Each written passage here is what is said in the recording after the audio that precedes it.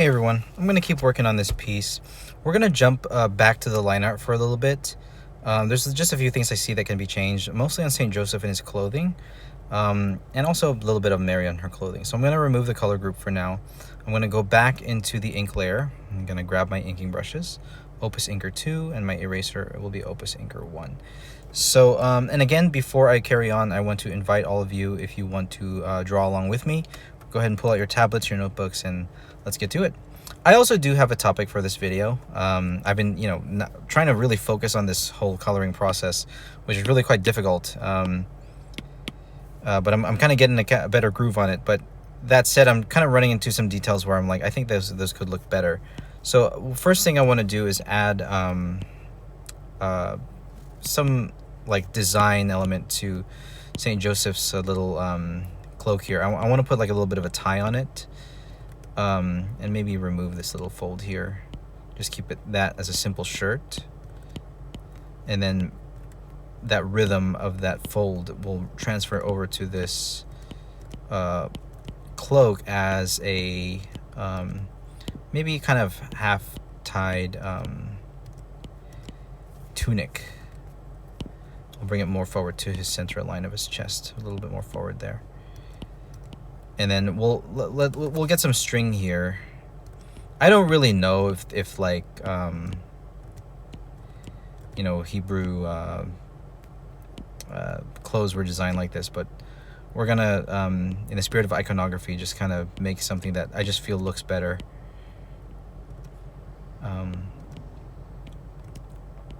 Yeah, so I'm gonna do it this way. Here we go. So yeah, we'll go over the front like that. Actually, yeah, I guess it would go under here. No, would it go over? I'm not sure.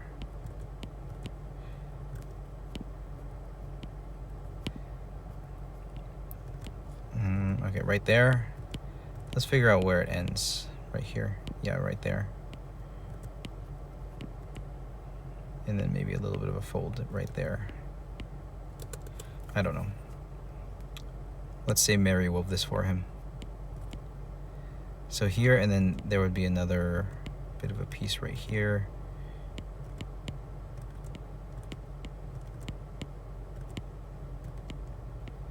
Something like that. And then let's bring a bit of a tie. Let's tie it up maybe right here in the center. Oh, you know what? Yeah, it would go under because the final piece would be like here on the top. Like a shoelace. I've done shoelaces before. So as it comes this way, it would be over the top here. And then same with this way, it would kind of loop over it.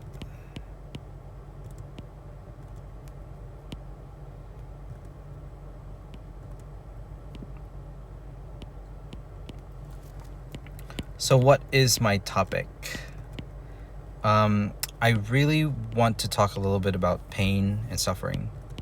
And I'm going to, again, take my words pretty slow, not only because it's a serious topic, because I'm also concentrating on the artwork as I go.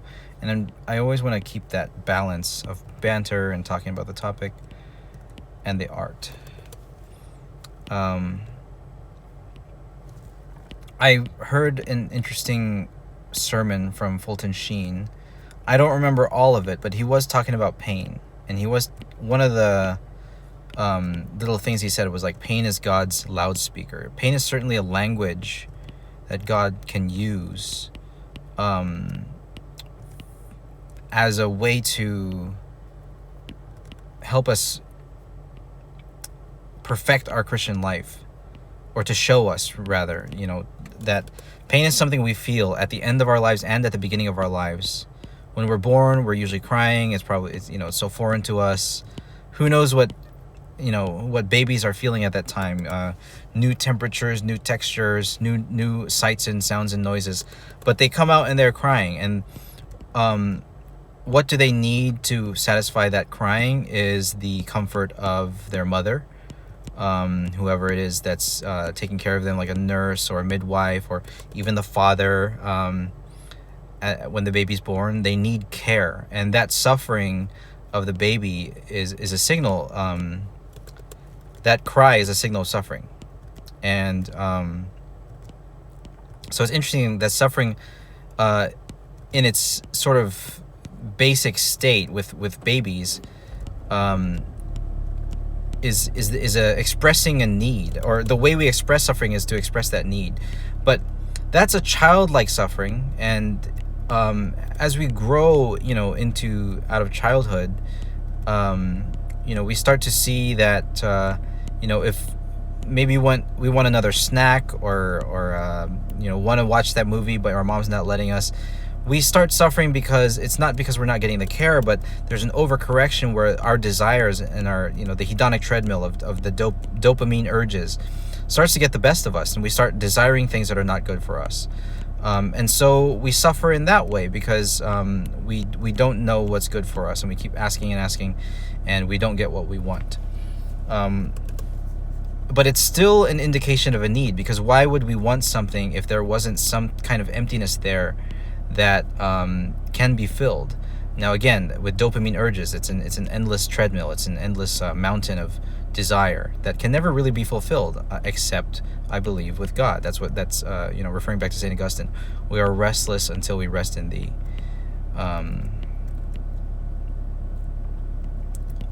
Bring another string down here.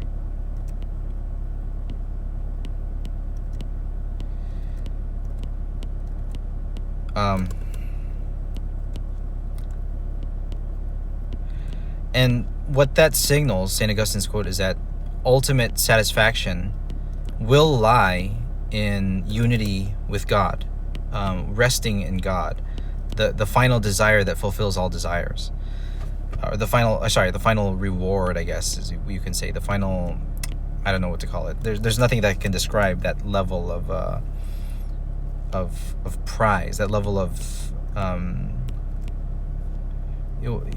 just the fulfillment of what we need. That's what God is. He is our fulfillment in relation to us. God is certainly much more than that, but in relation to us, that's what He is.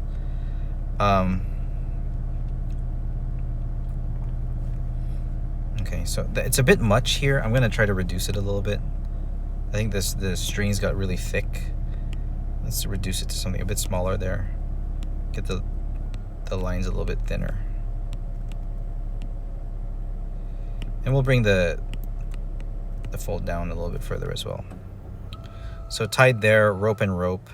It's actually a little bit excessive with the rope at the bottom and then the rope here. So I might just have it tied so that it's like not having the tie in the middle. Let's try it that way.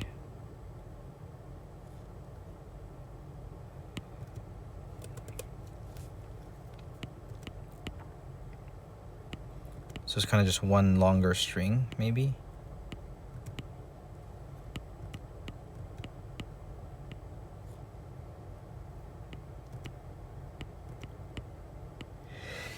Excuse me.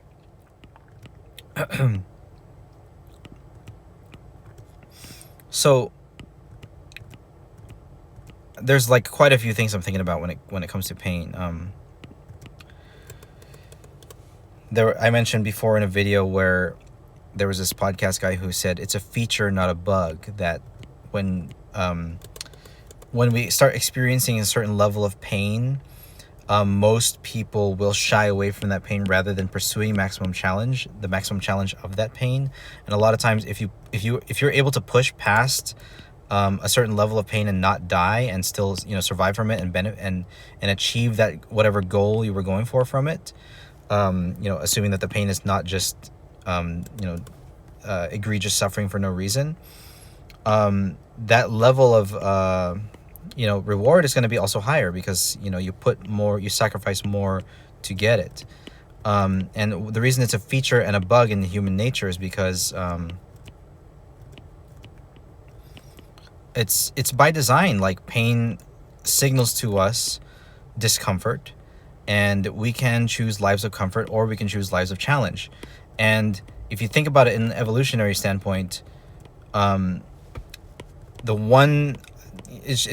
only natural that the one who would pursue a higher level of challenge is going to be the one who might have a higher level of adaptability in the long run. But of course, there's limits to that, right? Like, safety and challenge are two sort of opposing forces when it comes to evolution, because safety is obviously good for survival, and challenge is also good for survival, because you want to, you know, reach new heights, new summits, in order to guarantee the survival of your species. You need to be able to find new heights, or else that stagnation, you know, people or another species or whatever is gonna outcompete you. It's just part of that sort of wave, that balancing act that's always gonna be there. So it is essential to pursue pain, once you start thinking about it that way. As you can see, I'm sort of changing the shape of St. Joseph's the bottom part of his like tunic here. It's kind of hard to figure out what the shape is here, and I don't want to make it too complicated.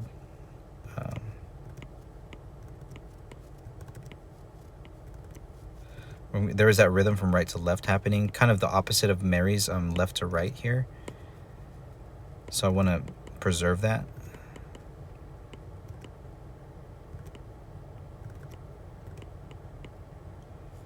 Something like this. And it's interesting, in this line of work that I've chosen, it's very comfortable. You know, art. It was always a hobby for me, and the professions I chose, you know, before, when I was trying to do art and gaming, I mean, they were hobbies, and I tried to make my passions my career. But here's the problem: they weren't really my passions, because the word passion refers to pain, and I wanted to do these things because they were relaxing, because they were easy, because they were fun. And it's, you know, I didn't really mature in thought until later, when I realized, okay, actually, if you're going to pursue a career path, you need to pursue challenge, and that's going to require pain, regardless of what it is you choose. So even if we look at a field of something like gaming, like professional chess players or whatever, or video gamers, sportsmen, whatever, the top performers are still going to be the ones who pursue the most sacrifice, the ones who give the most of themselves for their craft, to master their craft. So, even in that stage too, the winners are going to be the ones who have that virtue of mortification, the ones who are willing to suffer. And, you know, in the gaming space, what does suffering look like? Well, people might have gotten into the games for fun, so suffering might look like boredom. You know, so, you know, let me sacrifice a little bit of this boredom, so I can succeed in the long run. You know, I need to grind out and do this work.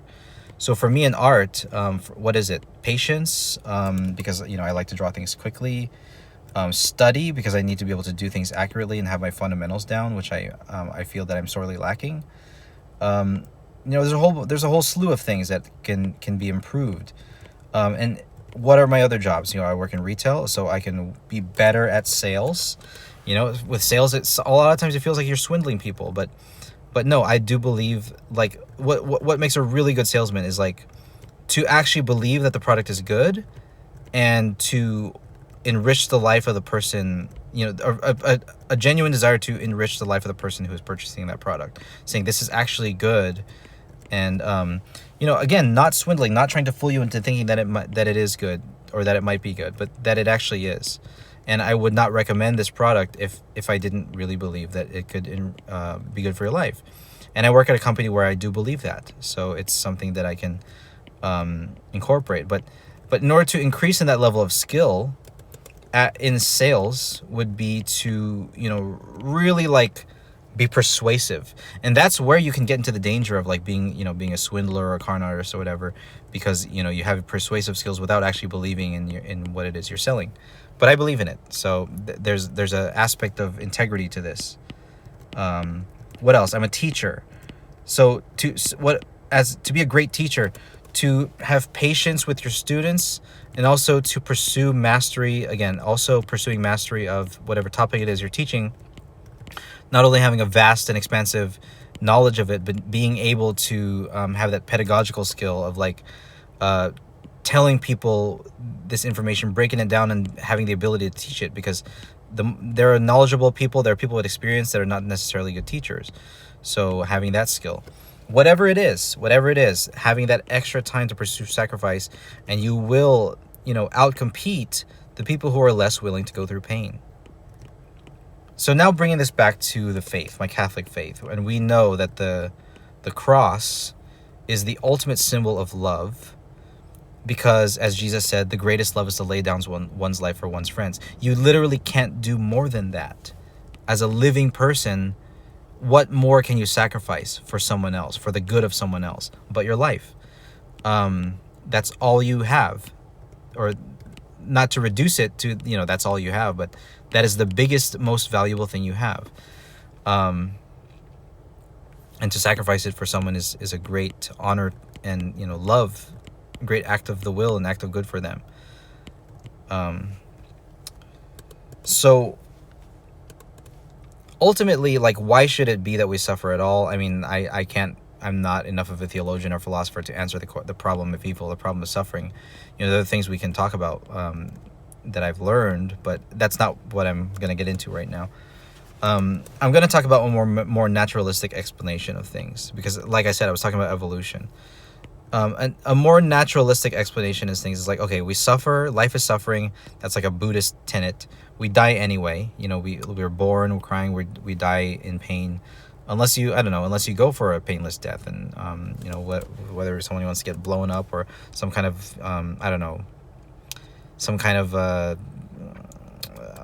assisted. I don't really want to get into that topic either. It's too dark. But painless painkillers. I don't know. But that's for people who would like to avoid suffering, but it's just what life is. Why want to avoid suffering if life was not just so full of it, so chock full of it?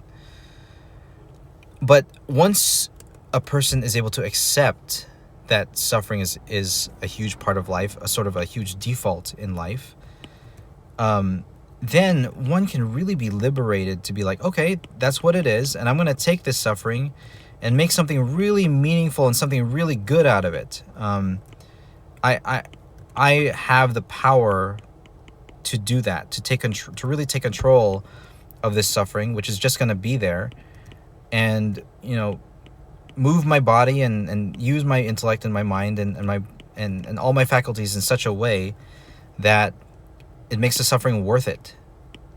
Whatever it is that one deems to be worth it. And hopefully going for the ultimate good for whoever it is that one loves. I mean, if one loves oneself, then one's going to think it's worth it to, maybe suffer a little bit, or maybe even cause other people to suffer. But then we're getting to truly evil territory, right? So I suppose that's a way we can define evil, of causing others to suffer, and suffering is bad. Suffering indicates a lack. It indicates a finiteness. It indicates a need. So causing others to suffer, to reduce one's own suffering, to, I don't know. I feel that could be a description of evil. Because look at what good is, the opposite. It's the willingness to suffer so that others may not. The willingness to give one's life so that others may have it. Okay, I'm going to bring back the color layer here. And then I made some changes to Joseph's clothes, so we're going to shade those in right now. Going to go back to my color brushes. Opus Color 2. Opus Color 2.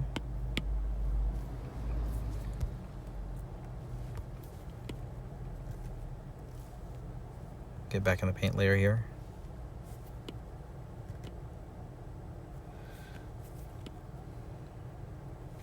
Again, this is like a long-winded explanation of really something simple.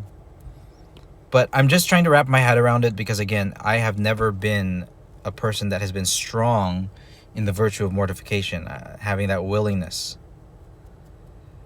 But I've been testing myself, because you can train yourself. Virtue can be trained. There are what we call the theological virtues: faith, hope, and charity, where these things are a gift from God. Like, you can't just give yourself the desire for love of others. I mean, that's just something that either you're blessed with or you're not. And hope also.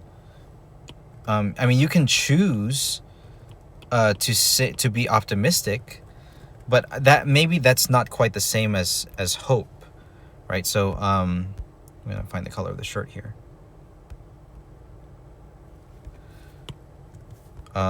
This is our base color here. Yeah, we're gonna color drop that in. Then find our form shadow here. Just lightly brush that in. And then our cast shadow, I think, is going to be most important for the lower part of his outfit. We're going to put a cast shadow. And again, I want to move this towards a cooler hue. Just desaturate, move towards the green, desaturate. I want it to look bluish almost. Let's move to the blue and just desaturate.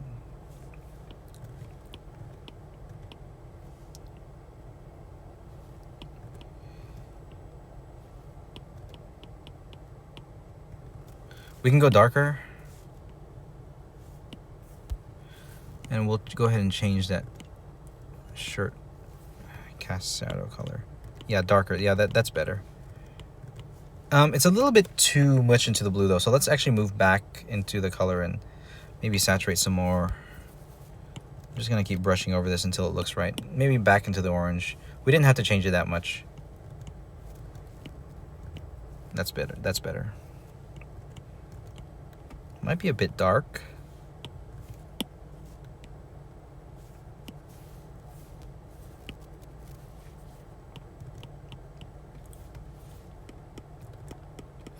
And we are going to smudge it because it does cast a shadow over some obvious spots here, but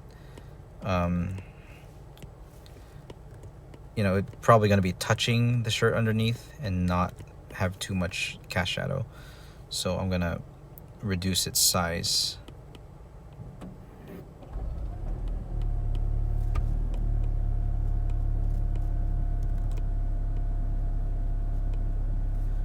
And then kind of smudge the edges a little bit.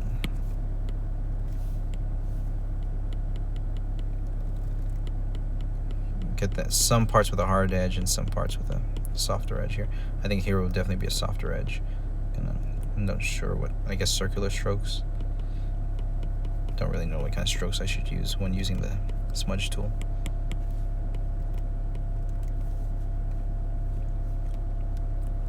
Again, gonna grab that color and just erase, or actually not erase, but like reduce the size a little bit more.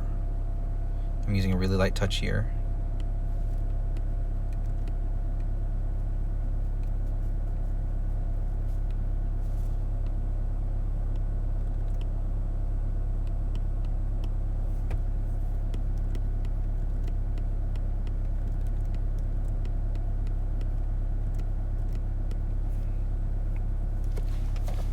Okay, so now we're gonna take the shirt, we're gonna take our form shadow color. It's gonna be pretty much darker down here. So we're just gonna take it and sort of brush it over with this halftone color, large.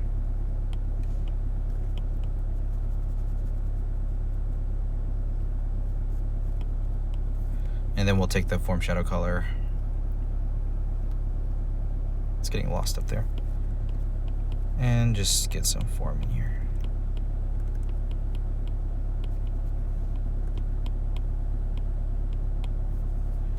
Okay.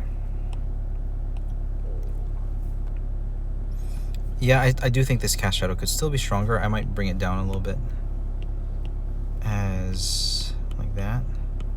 Yeah, there we go. Just sort of blending the color a bit more. Not too much shadow.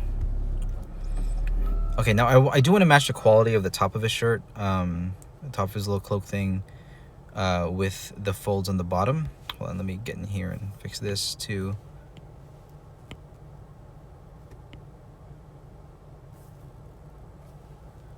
Find the right colors. Let's get in here. I'll have to find a color for these little strings too.